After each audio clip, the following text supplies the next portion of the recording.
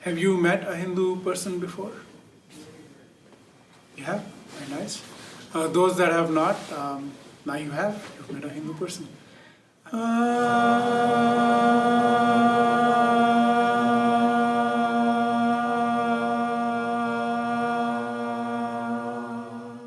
Silence.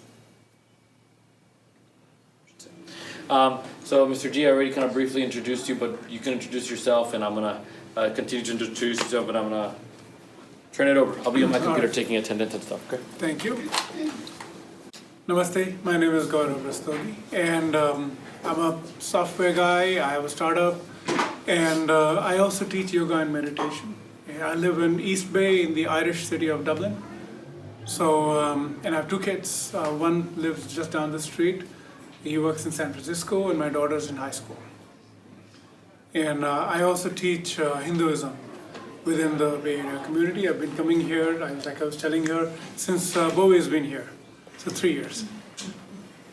And this class is going to be fun and interactive, more interactive, and therefore more fun. So if you have questions, go ahead and ask me those as we come along. Is that Bowie or shoes? I'm not sure. Someone's shoes. Shoes? I'm going to begin with a chant. It'll be in Sanskrit. I will explain what it means. And I will also end with a chant. Now I'll explain what that means as well. And then in the middle, I'm going to, I'll tell you a little about Hinduism, and I will try to answer questions that you have. And then we'll sit for meditation, and then we'll wrap up at the end. All good? All right, just sit up straight. Sit up straight with your back straight. Now the important thing is to keep your back straight. If you're slouching, then your belly doesn't have room to breathe. So you want to sit up straight. Sit with your back, neck, and head in a straight line. Any postures are right. Close your eyes gently. Relax the expression on your face. Relax your shoulders. Relax your belly. As you breathe in, breathe into your belly.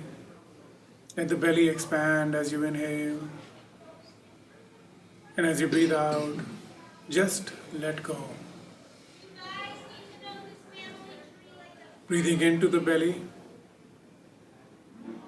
Breathing out, just let go. Now we're going to be chanting Om 3 times. It'll be a long, slow chant of Om. If you don't know what this experience will be, just let me play out the first Om, and then if you can, try to chant along on the second and third time, and then I'll chant the opening prayers. I'd like you to bring your palms together. Just bring your palms together in front of your chest, gently letting the back of your thumb touch the chest. Letting the palms press together gently, and letting your fingers touch together gently. Bring your attention to the hollow space between the palms and stay right here. We'll be chanting Om 3 times. Exhale completely. Take a deep breath. Inhale.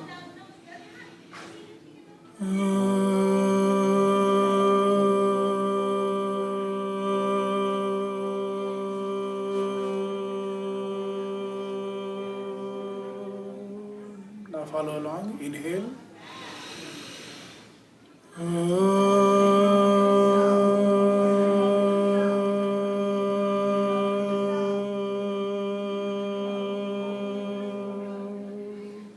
Inhale.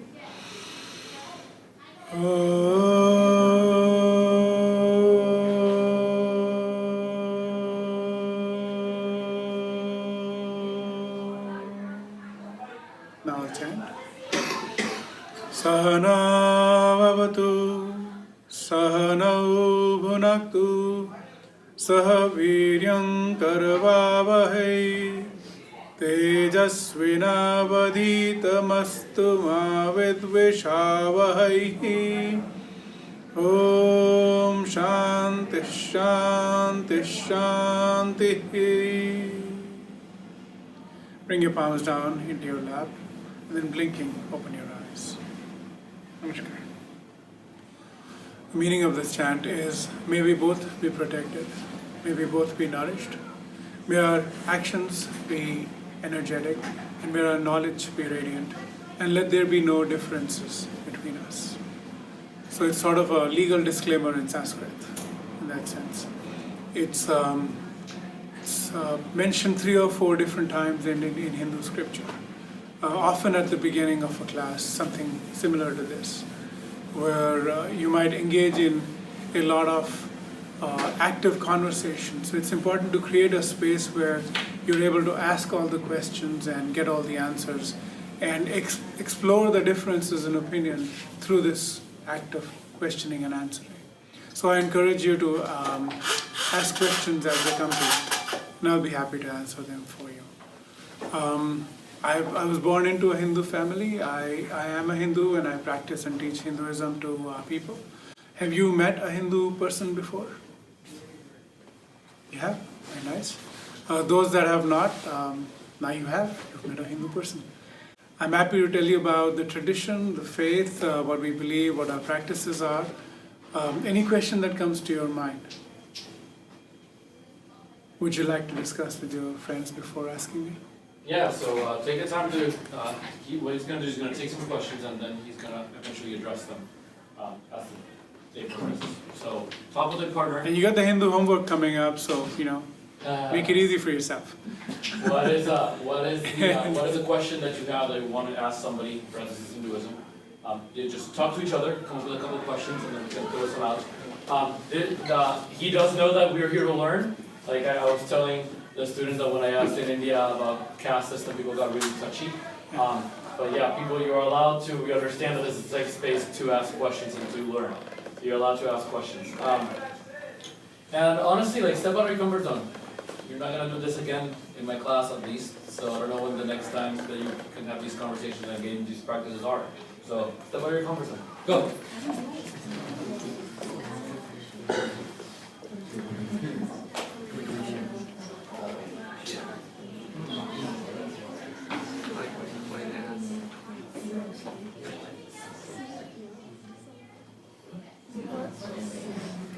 It's a bit hard, so I think to learn more questions.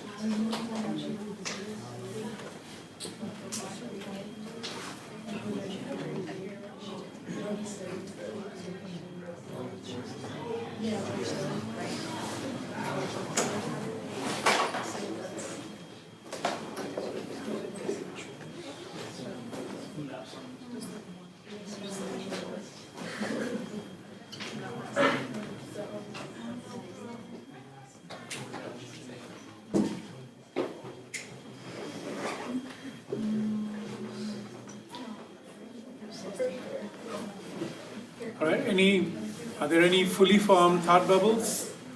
Any questions? You, sir, yes. What's your favorite thing about Hinduism? Okay, what's my favorite thing? That's a great question. I will write that up. What else? More questions? My favorite thing, I don't know. Yes? What are your day-to-day practices with Hinduism? All right. More questions?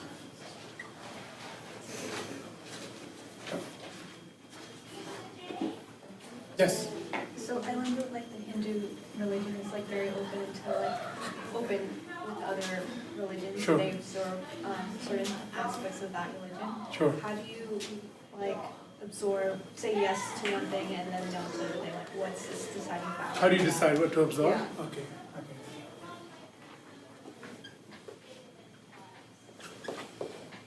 Okay, that is a very nice question. I've never been asked that question. More questions? You three had a question. What's your question? We were just going to ask if you were in a particular caste system or if it wasn't, since I know it's been it's not really around anymore, but. Sure. You want to know what my caste is, where I fall in the hierarchy? Sure, happy to. Any more questions? What's your homework? Come on. What's your question? Maybe kind of along those lines, why does, when it was still in existence, why did the caste system only exist in India and not in other parts of the world or other countries? Sure.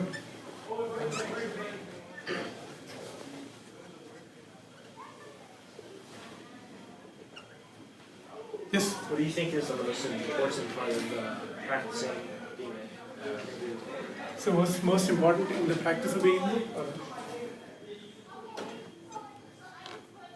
You had a question?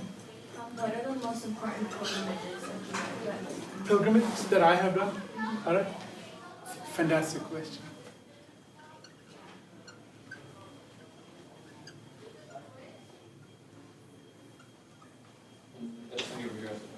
Yeah, where you had a question? What are like one of the biggest misconceptions about Biggest the Hindu- misconceptions? Yeah.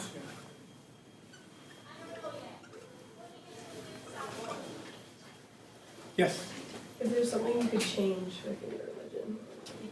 What would I change?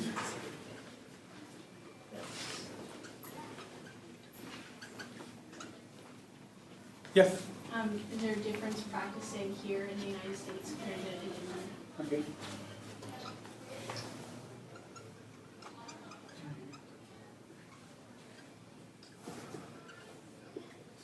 Yes. What is your thought on reincarnation and moksha? Yeah. Reincarnation and moksha. Great question. Any others? Quasi question? Quarter question? Yes. How would one become? How can you become Hindu?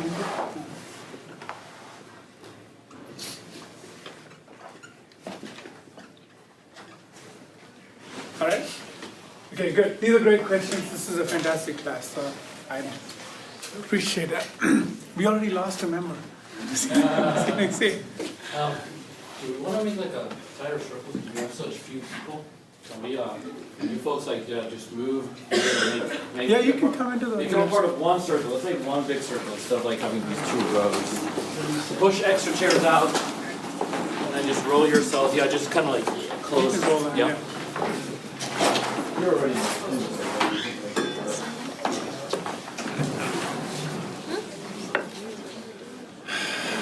Sarah is over here, not in the circle.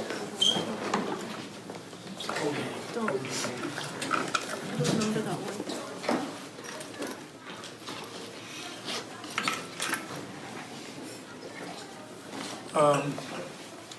So the Hindu culture and Hindu tradition and the religion itself comes from, I come from India, and that's where Hinduism currently comes from. But previously, India and China were a pretty large part of the global economy. So Hindu tradition spread fairly wide across, from Europe all the way across Asia, Asian islands on the other side.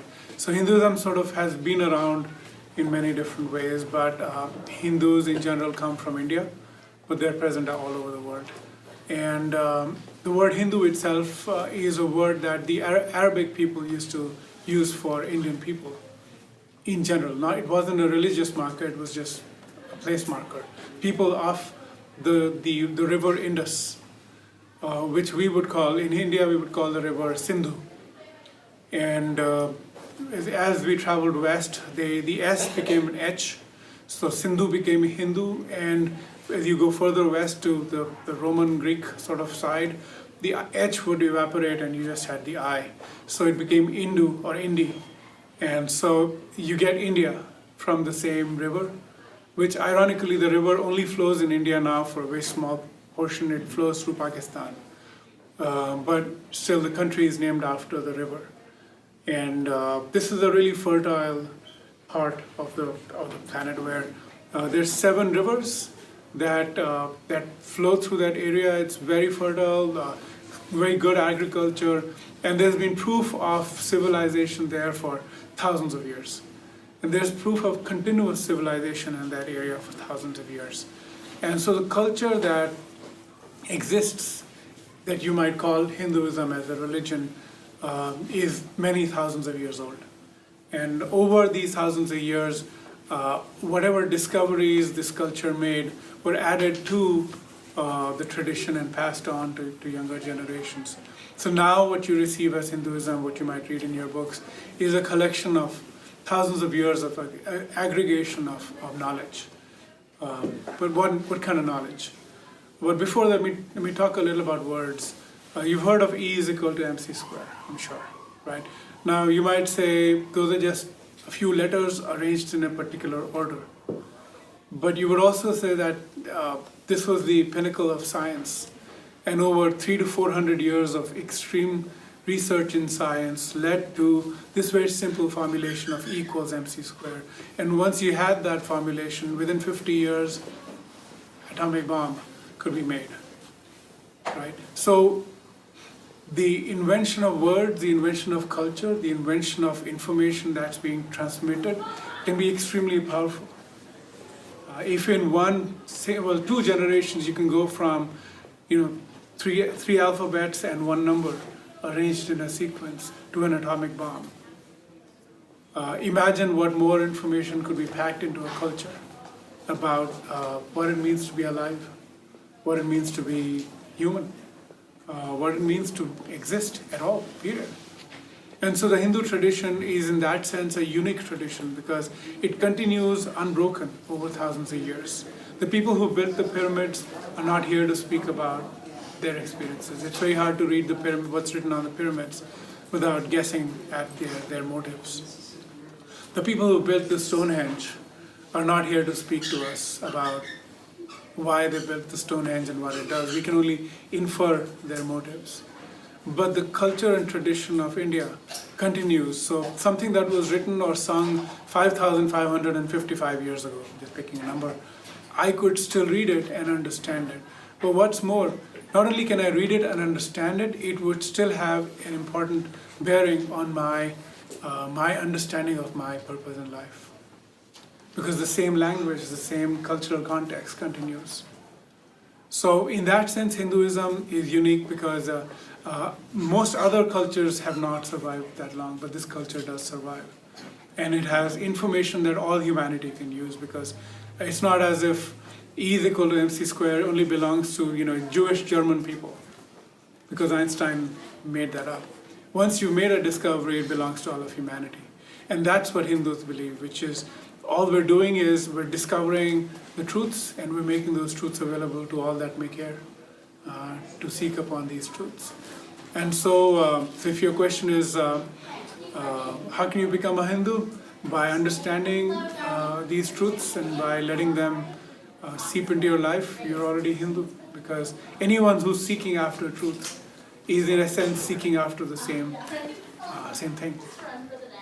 So that's what it means to be a Hindu, which is a long, unbroken stream of consciousness that continues till this date. And so the epics, the scripture, the practices, you could trace them back thousands of years. I'll give you a name. Who asked me the question about pilgrimages? Did you ask? You asked, right? I was at just this summer. I took my family and I. We went to the Himalayas and we did a really interesting helicopter tour through the Himalayas, which is totally worth it. It's really good. But we went to four specific pilgrimage spots in the Himalayas, just south of the China border. And these places have been mentioned in epics, right? In the two major epics, these specific places, these specific temples have been mentioned. And so the experience is a continual, unbroken experience. And that's very powerful this time we flew in a helicopter, last time we drove and walked up.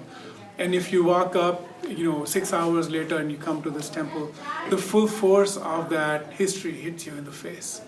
Because in that temple, previous kings have come and they have sat where you're sitting. And they've had the puja experience that you're having. So it's very powerful to be connected to history in that direct and immediate manner.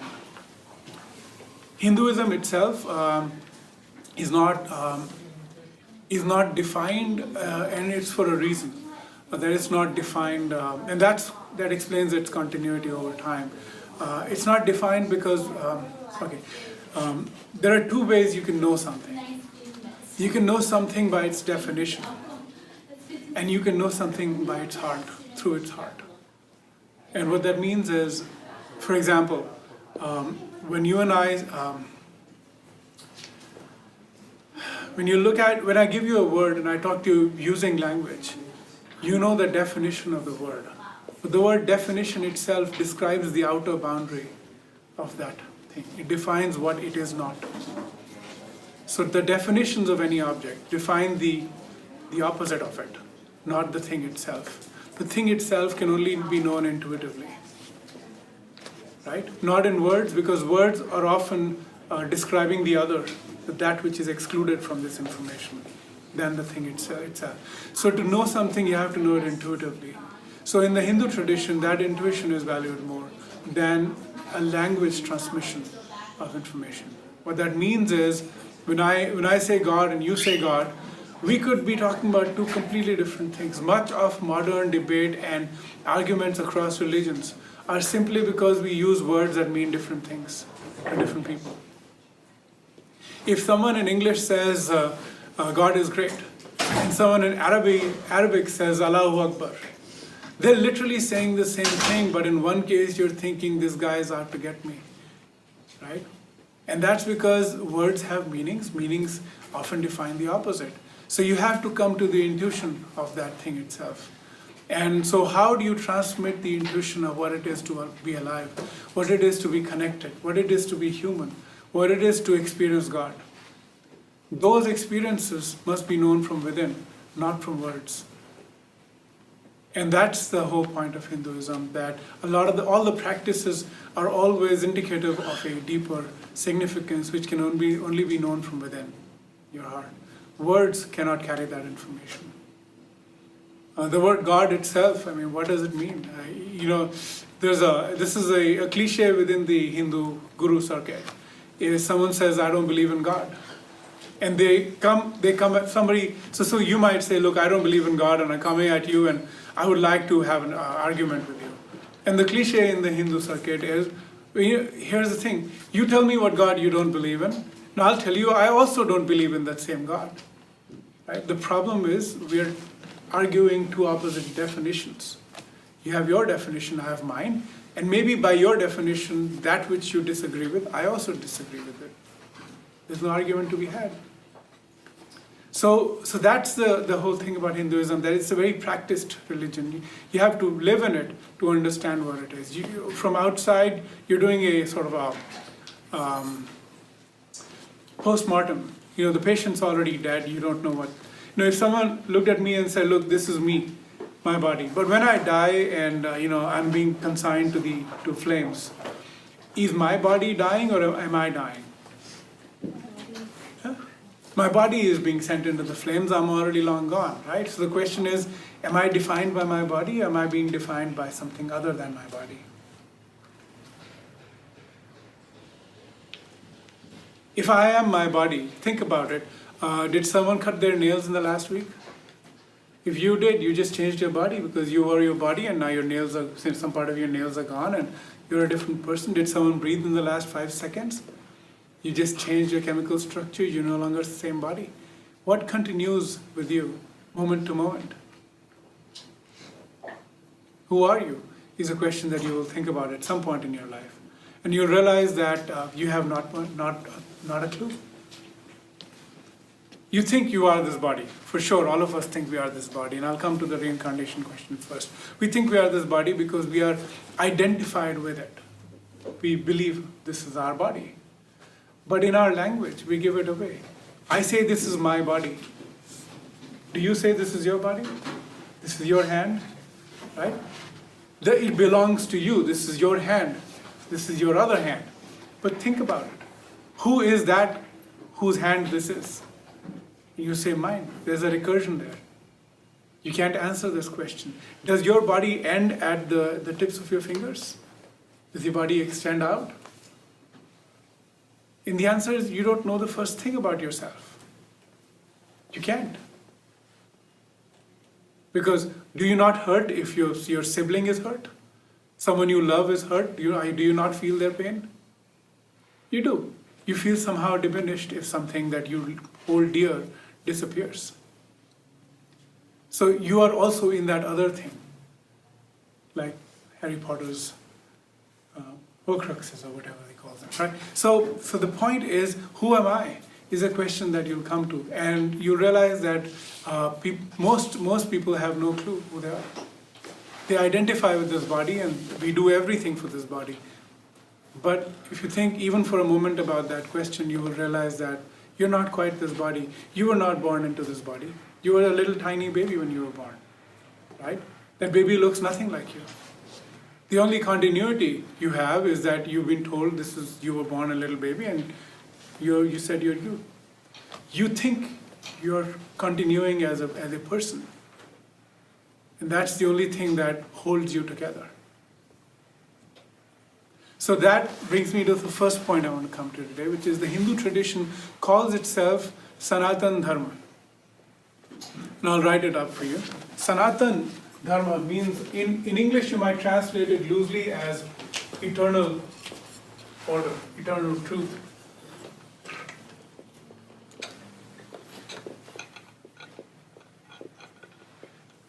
Sanatan and Dharma. Imagine a wheel with a center and the thing going all the way around, right? The center of the wheel is not moving. It's stationary, but the edge of the wheel is always moving, right? Sanatan Dharma is similar. Sanatan means timeless, eternal, unchanging. Something which is truth with a capital T. And that's the first search in Hinduism. The other is Dharma, which is, it's the underlying universal foundation of life and relationships.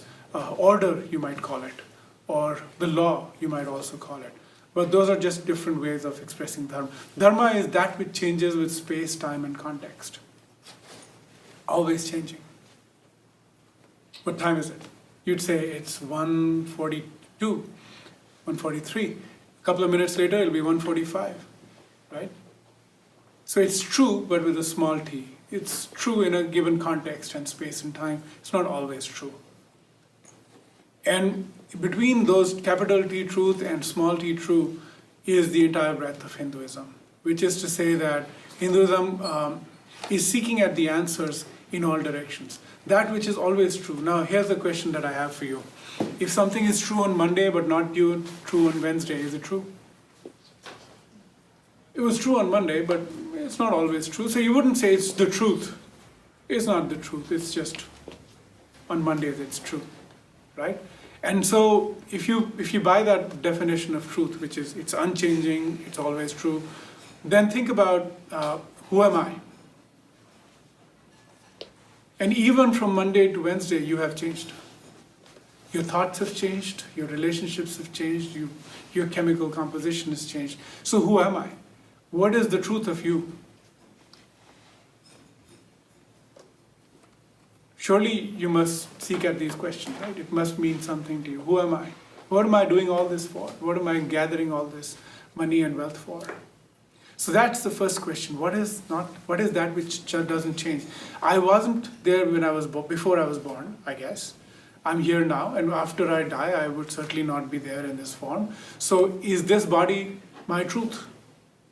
And the answer is, it cannot be that this body is my truth because it's so changing, ever changing. That's the first word. The second is dharma. Dharma is that which glues everything together, the inner logic, the inner intuition of society, of people, of relationships and everything. And that's always changing, always changing.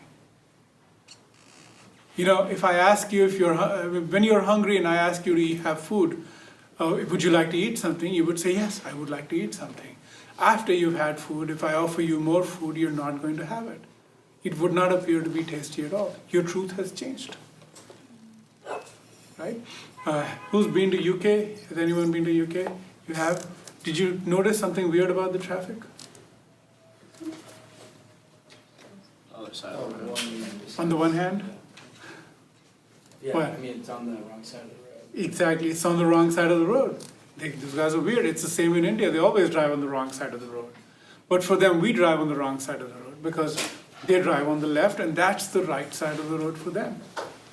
Right? So what's true for them does not need to be true for us. But that society would be unable to drive if everyone arbitrarily came up with their definition of truth.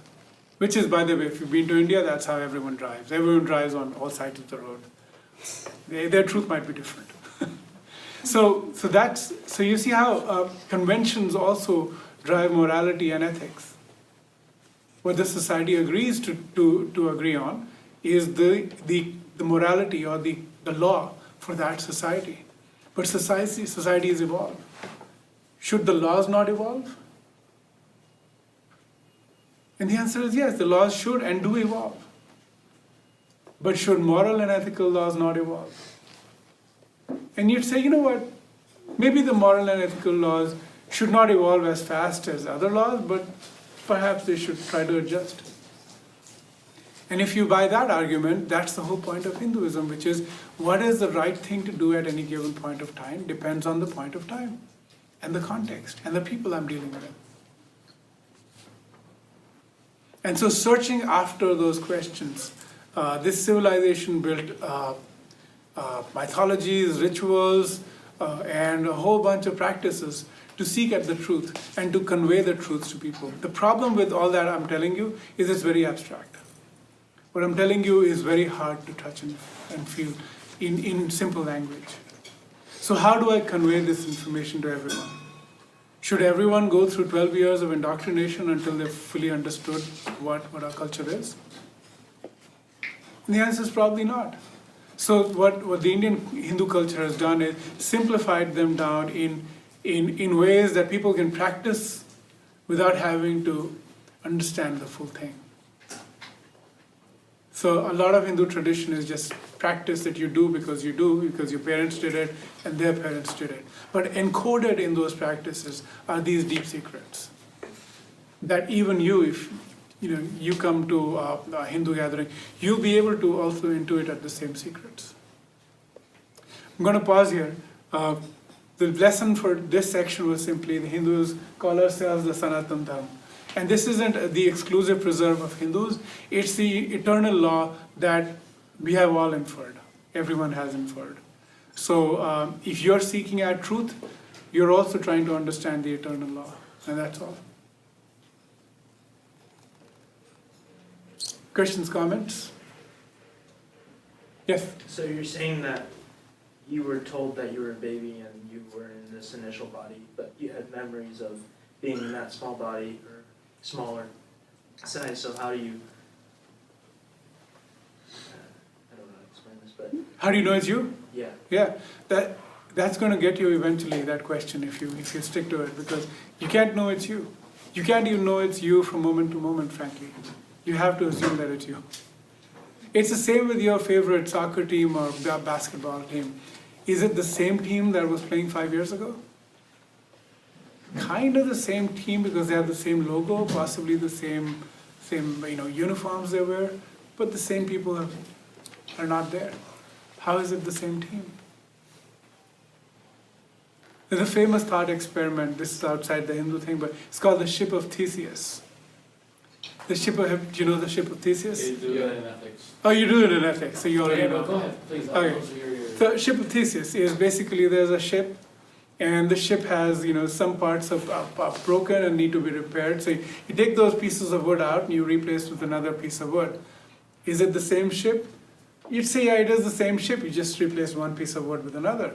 You keep doing that over the years, and you have the same ship. You would agree, right? It's the same ship. It's just been repaired and fixed up, right? Then you've taken all those pieces of wood out, and you reassemble those pieces of wood into another ship. Which of these is the ship? The one with the continuity or the one with the discontinuity? I guess they both are. And you're going to think about this question. But the point is, things are always changing. And you have to assume at what the core of the thing is anyway. So what's always changing and what's never changing? That's the search of Hinduism. Why are we interested in that question? Because how a society must run, how each individual must function, how we must carry ourselves in this world depends heavily on this question. Why should we care? Because what is the right thing for me to do?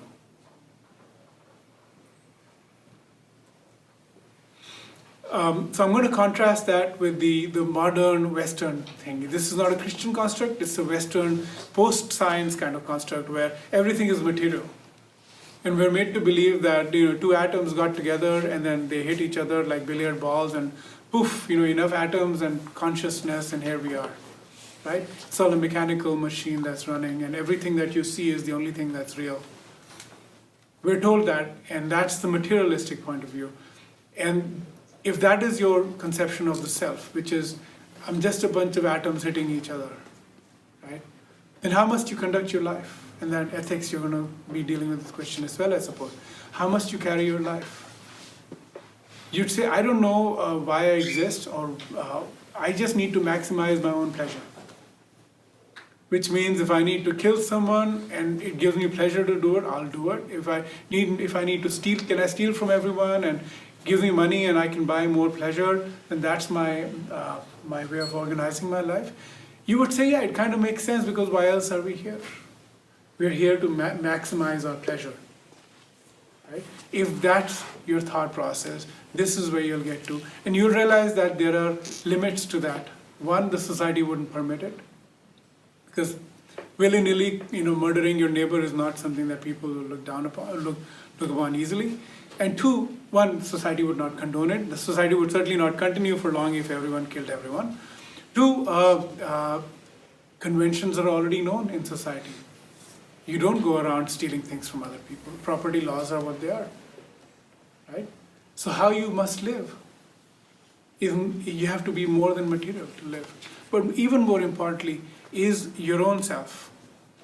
If you're living for your own individual pleasure maximization, you'll realize that it doesn't give you as much pleasure.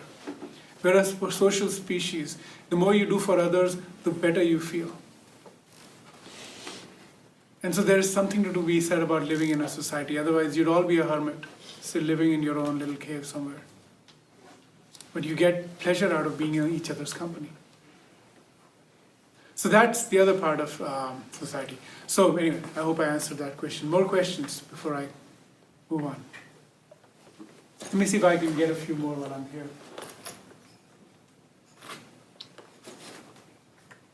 I got the pilgrimages one.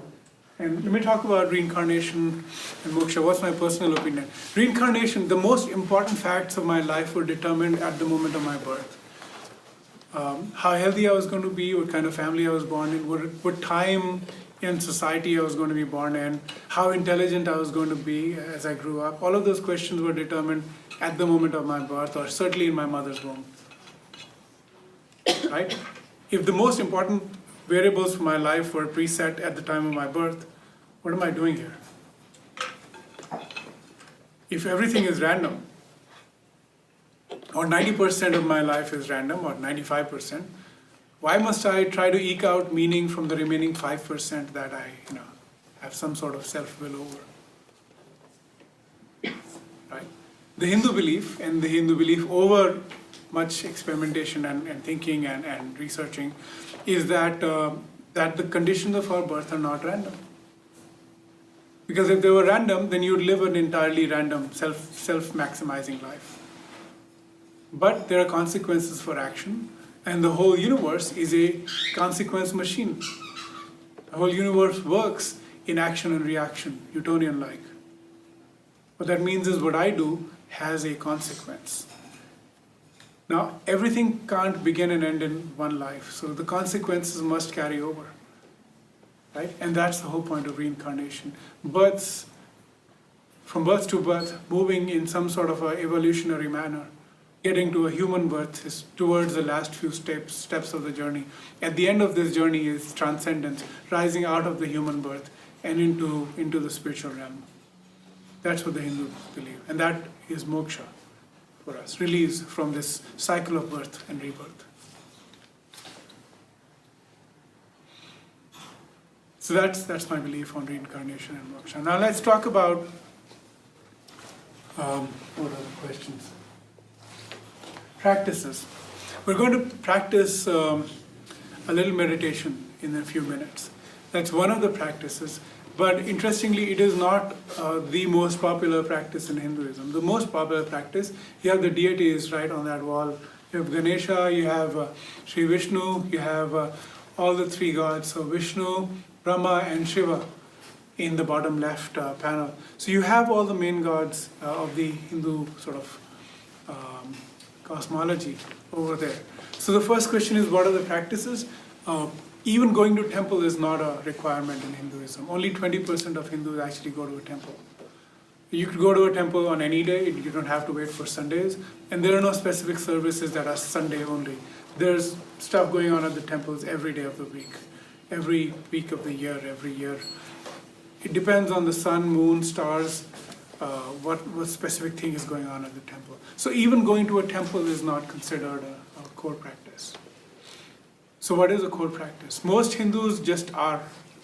They don't have specific practices. They just are Hindu because through osmosis they've understood what it means to be Hindu. You could have an altar at home, similar to what you have over here, and you could light a lamp, you could do a prayer, you could chant, sing, you could do beats with the holy name, you could practice congregational chanting, kirtan, you could do meditation sittings like the kind we're about to do, you could practice renunciation, fasting, you could, all of these are valid practices in the Hindu tradition, and all of these people do at different times of the day. In fact, within a week from now, there'll be the 9 days of fasting. Twice a year, there are the 9 nights of Navratri, and people fast. And some people fast to the extent that they won't have anything to eat, and some people that don't have even water on some days. So there's a humorous story where the Indian Prime Minister, he was visiting, was it a couple of years ago, when he was visiting US, and I think Donald Trump hosted him at the White House, or maybe Barack Obama did, one of these guys did. But anyway, the Indian Prime Minister is being hosted at the White House, but he's fasting those 9 days. So they don't know what to cook for this guy. He's not eating. He's just having some sort of flavored water kind of thing, if that. And that's a very common practice. The 11th day of the moon is a very common fast in the Hindu tradition. My wife keeps it every fortnight. And so it depends on who you are and how much Hinduism you want to consume in your life. All these practices are available. You could pray once, you could pray as many times as needed. It's a very DIY religion. And that's part of its charm. It's also part of its challenges, where you don't know if you're a Hindu because there's no line that says, okay, you've just crossed into Hinduism. You can't. If you want to be a Hindu, there's no baptism that you need to go through. If you want to be a Hindu, well, congratulations, you're a Hindu. Right? No one dies and makes you sort of pope kind of thing, right? If you feel like it, that's what you are. So why is it so easy to get in and out of? And I come to the question of absorption now. And the question of absorption of practices is, this is a very open tradition. A full spectrum of beliefs is included here. You could believe in many gods, and I'll come to the question momentarily. You could believe in one God, which is the core foundational belief of Hinduism, which might surprise you. You could believe in no God, zero God, zilch, nada, nothing. You could still be Hindu. And so, in that sense, Hinduism is open to a wide spectrum of beliefs. And so in that sense, nothing surprises us. Every belief is acceptable, so long as it allows you to ask the question, what is the true nature of reality? Why am I here? Who am I? I'm going to pause. Questions? Is this making sense? So you can become Hindu by just thinking I'm a Hindu and you've transformed. That's just how simple it is. A lot of Hindus are very syncretic in that sense. it's very quite interesting.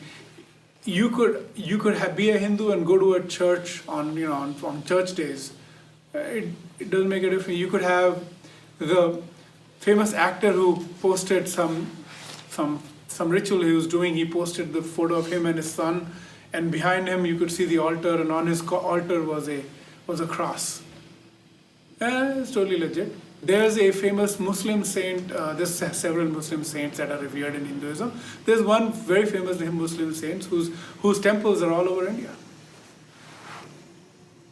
And it's not a problem. One of the major Muslims, major saints in modern Hinduism about 500 years ago was Muslim by birth. It's totally legit. It's not a problem. Kabir Das is a very famous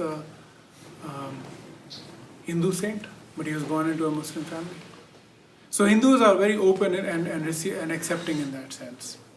And that's part of the, again, like I said, the opportunity and the challenge of the tradition. So your question was, what would I change? Hinduism does not convert people, does not seek to proselytize and bring people into it.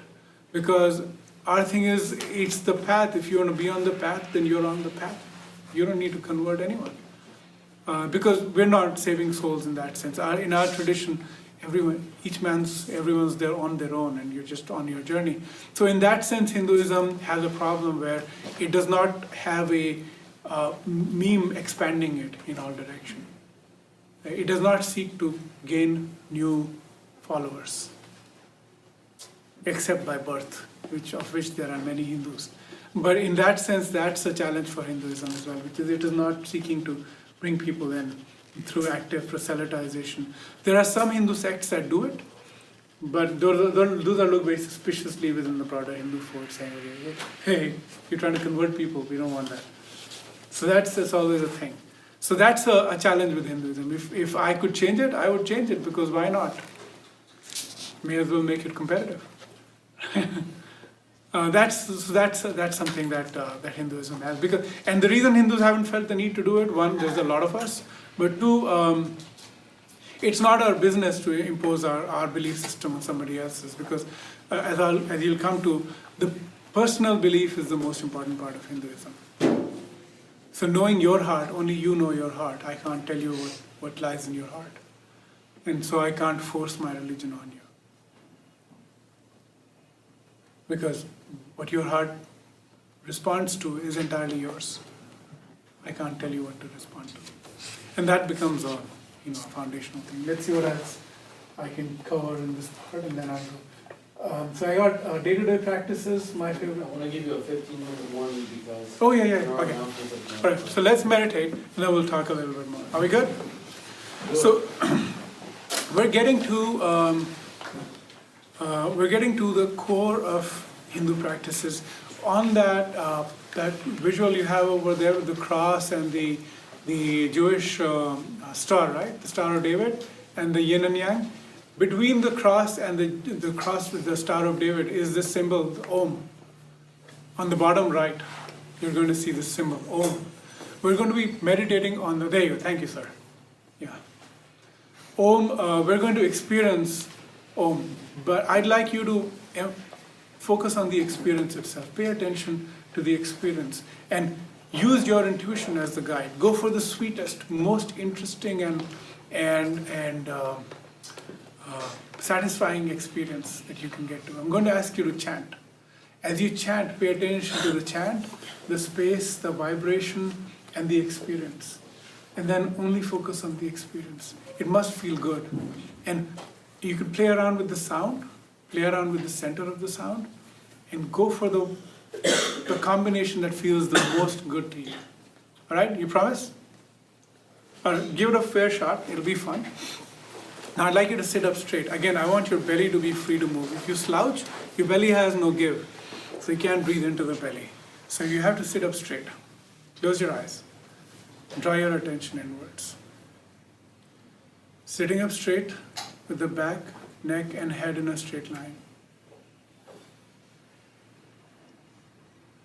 Let the entire weight of the body press into the chair and into the earth below. And knowing that the body is fully supported, begin to relax the body. Close your eyes gently and relax the expression on the face. Let the tongue fall into the bottom of the mouth. Relax your shoulders. Relax your belly. As you breathe in, let the belly expand. Try to expand all the way up. Breathe all the way into the belly as much as you can. And then when you can't breathe in anymore, just exhale. As you exhale, I'd like you to experience a sense of relief. A cool sort of touch passes through your body as you exhale, and a sigh of relief passes through you. Breathing into the belly, let the belly expand as much as it can. Breathing out, a sigh of relief. Breathing into the belly, breathing out and feeling relaxed. Thoughts will come and go. We are not concerned with them. Just pay attention to your breath in the belly. Now we're going to be chanting 3 different sounds. We're going to start with 1 sound at a time. They'll be in 3 different centers. 1 center is below the belly button. 1 center is at the heart, in the middle of the chest. 1 center is above the eyes, inside the forehead, inside the skull. The sounds will be ah, oo, and I will chant it once so you hear the sound. I'd like you to find the sweetest sounding sound that comes to you. Look for the center. It'll be around the place I described. And when your attention rests there, pay attention to the vibration. We're going to chant the ah sound first. The center of the sound is below the belly button. 2 fingers below and 1 finger inside the body. Ah sound, it'll be an extended sound. Exhale completely. Take a deep breath. Inhale.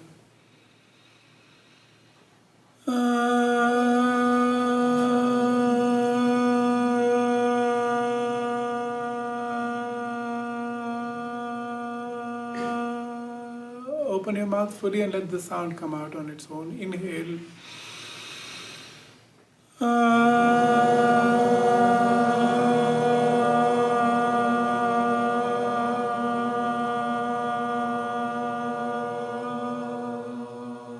Beautiful. Inhale.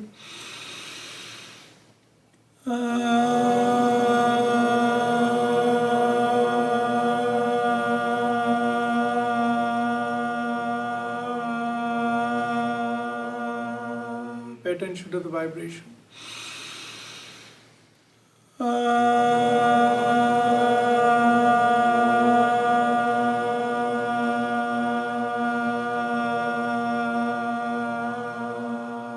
Find the sweetest sound.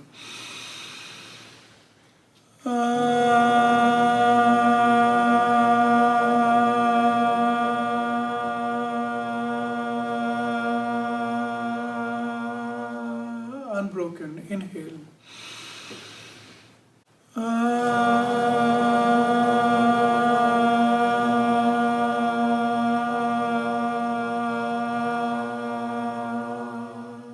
Silence.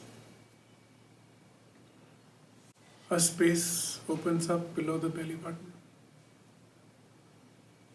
Pay attention to the space, the vibration, the energy, and the experience itself. Stay with this space.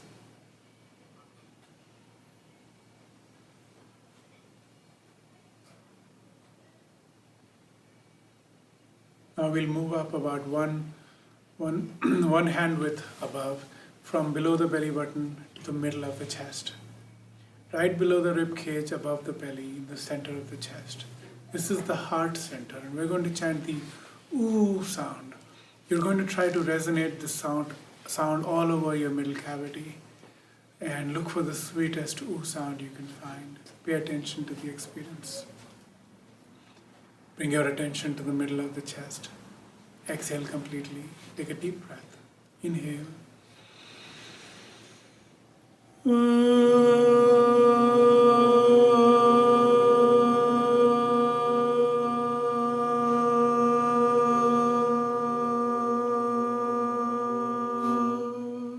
Louder.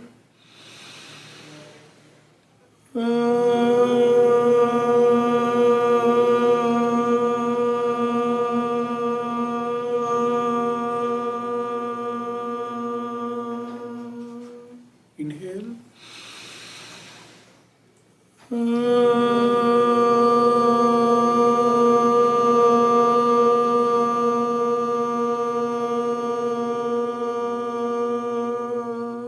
Immerse yourself into the experience.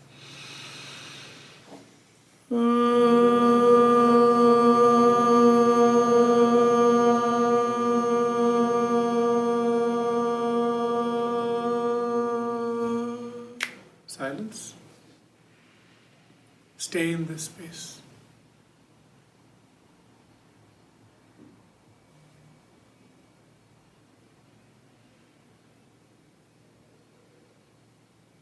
Now bring your attention up above the eyes, in the middle of the forehead, slightly inside the skull, about 1 or 2 fingers inside.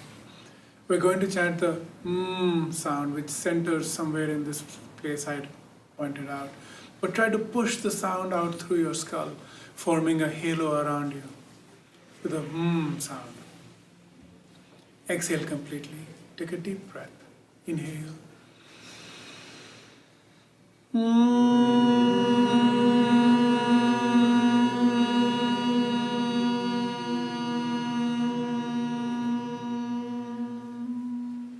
Louder. Inhale.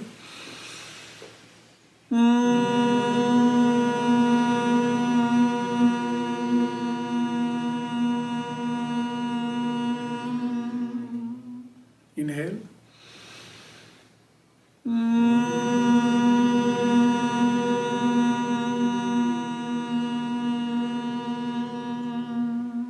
Sweetness.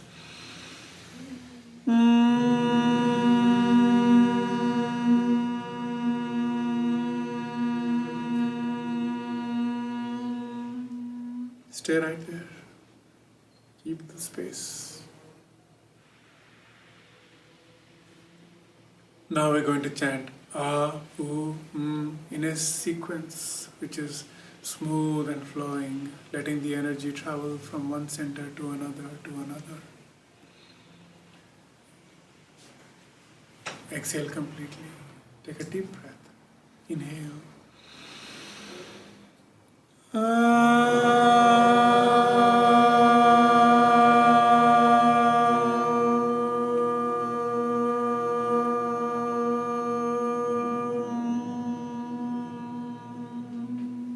Go for sweetness. Inhale.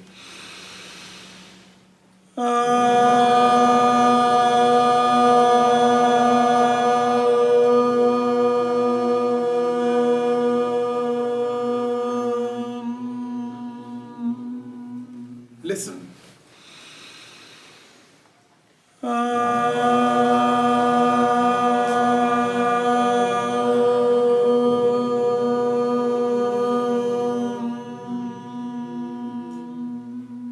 Feel.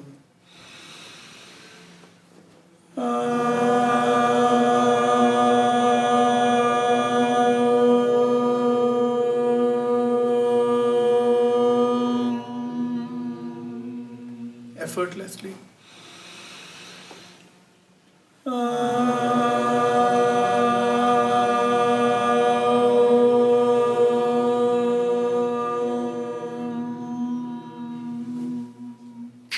Silence. Stay in this space.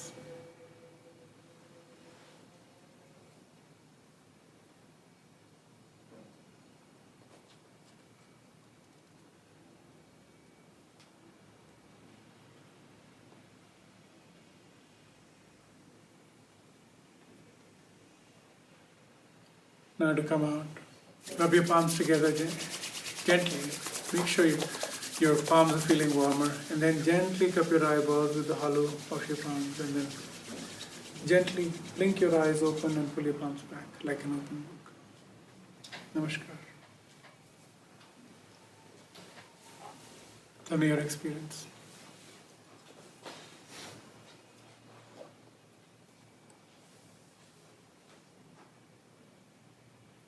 It made me feel like more centered and you'd need like less stress. Centered and less stress. It was really relaxing and like during the you could hear like the vibrations. It was really interesting. The ooh sound was the strongest for me. Yeah, in the heart, right? The ooh Yeah, sound. it resonates all through this. The peace that you come into a sort of religious ceremony for, it comes in the heart. It expands to fill the entire heart cavity. Do you mind fetching that back from me? The brown bag? And that experience of peace and centeredness is a contact with divinity. And I have another show and tell, and it's just after lunch. So there's a couple of boxes. You take one box, it goes this way, and the other box goes that way. If you have something that makes you avoid sweets, don't have this. This thing is super sweet. So what this is it's an Indian candy. It's made of dough and yogurt, fried and then dipped into syrup. And it's super sweet. See, you should take some and then it'll go around, come again. So you'll take more at that time around. But you'll notice this thing, it's part of my show and tell as well about our core belief about Hinduism, which is the flour is not sweet, yogurt is not sweet. But this thing is sweet because it's dipped in syrup. And if you suck at it long enough, the sugar will all come into your mouth, and then it'll just be a soggy little flour thingy. It won't be as good anymore, right? So the material world is kind of like that, where the material world has pleasure, has satisfaction, but every time you feel something which feels good is a contact with divinity. It's not the material world that's giving you the pleasure.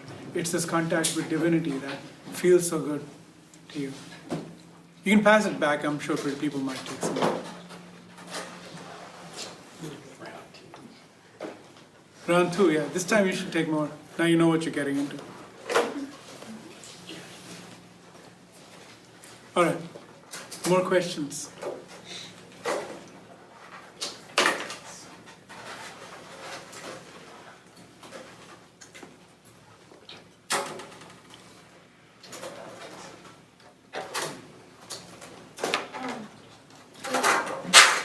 Symbol that has like the Om, yeah.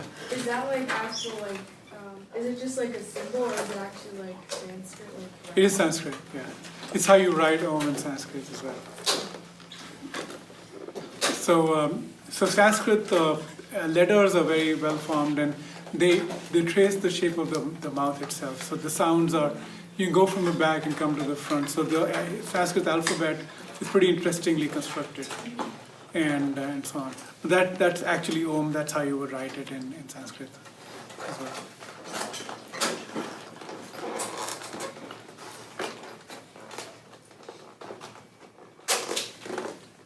Any other questions or comments? What caste am I was your other question, right? So caste is a Portuguese word. It comes from the word for purity, which was purity of line, and purity and chastity. Chastity is the word caste comes from. It's a loan word into India. The Hindu words for equivalent would be three separate words. One would be a word for class, a high class, low class in the society. Your functional specialization, you're a farmer or a warrior or a trader, and your community of birth. And those three are often go up and down. Some communities rise up and down, as in may get richer or poorer, and some trades might go up and down. And so over thousands of years, sort of communities have risen up and down all the time. Some communities have permanently remained down, some have gone up and down. Caste itself was a part of the British census in the 1800s, so it's an invented word, an invented system.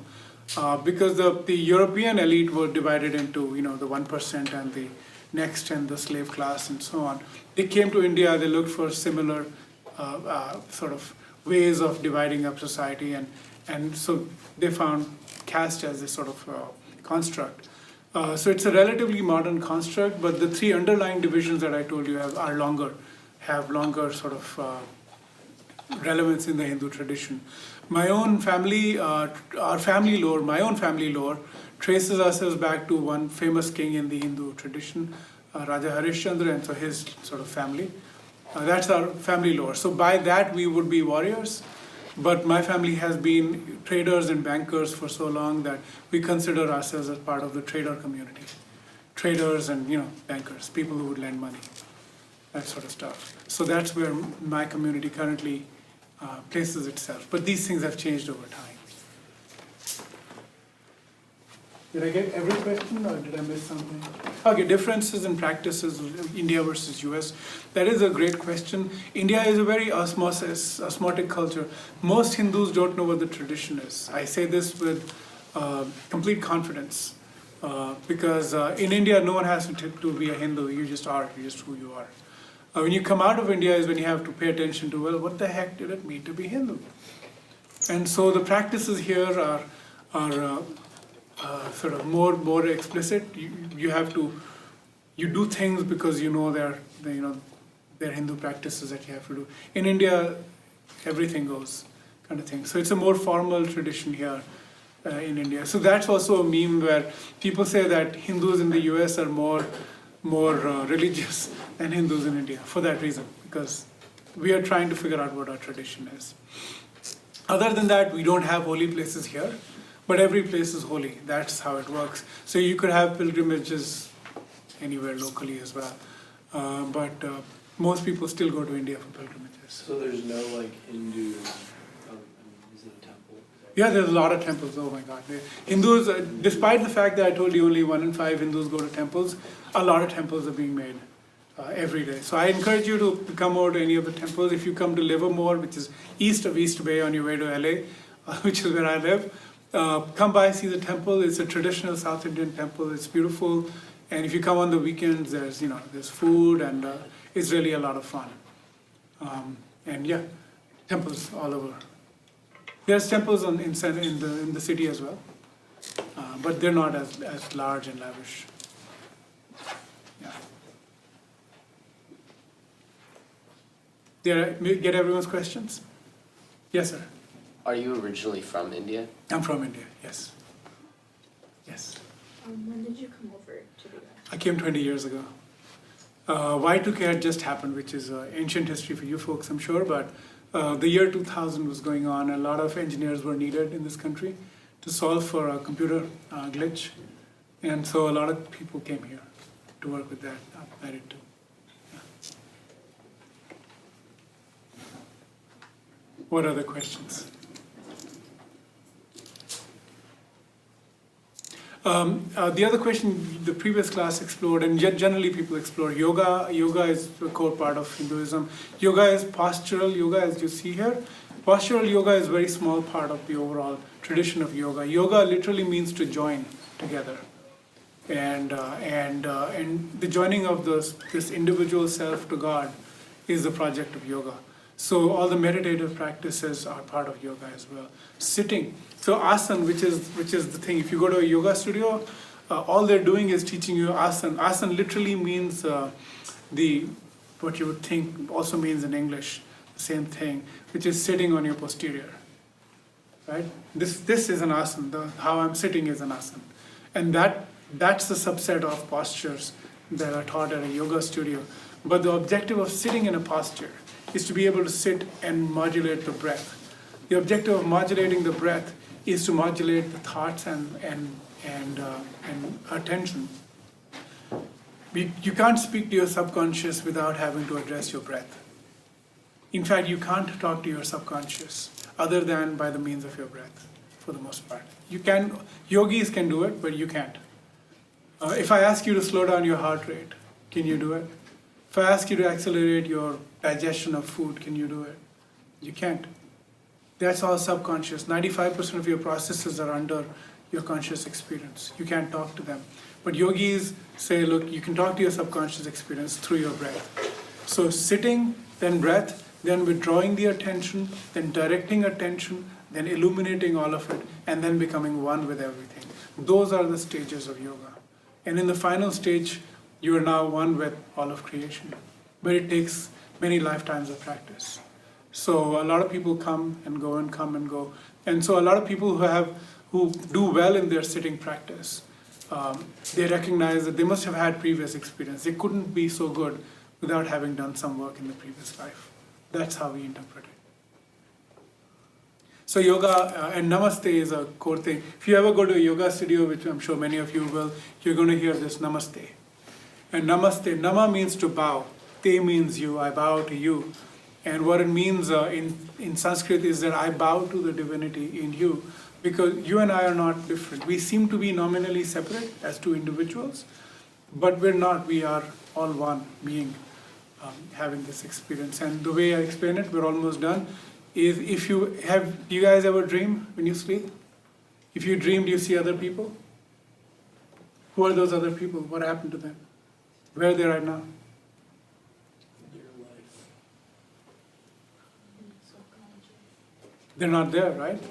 So when you were dreaming, those other people were made of your consciousness. They were made of you, would you agree? Right? And so if you wake out of this dream, you will realize the same thing, that all the other beings are made of you. You just don't, you choose to forget it. That's the veil of ignorance, which we call Maya. So when we say this world is an illusion, that's what it means. The illusion is that Good afternoon, Sacred Heart Cathedral students. All right. Have you met a Hindu person before? You have? Very nice. Those that have not, now you have. You've met a Hindu person.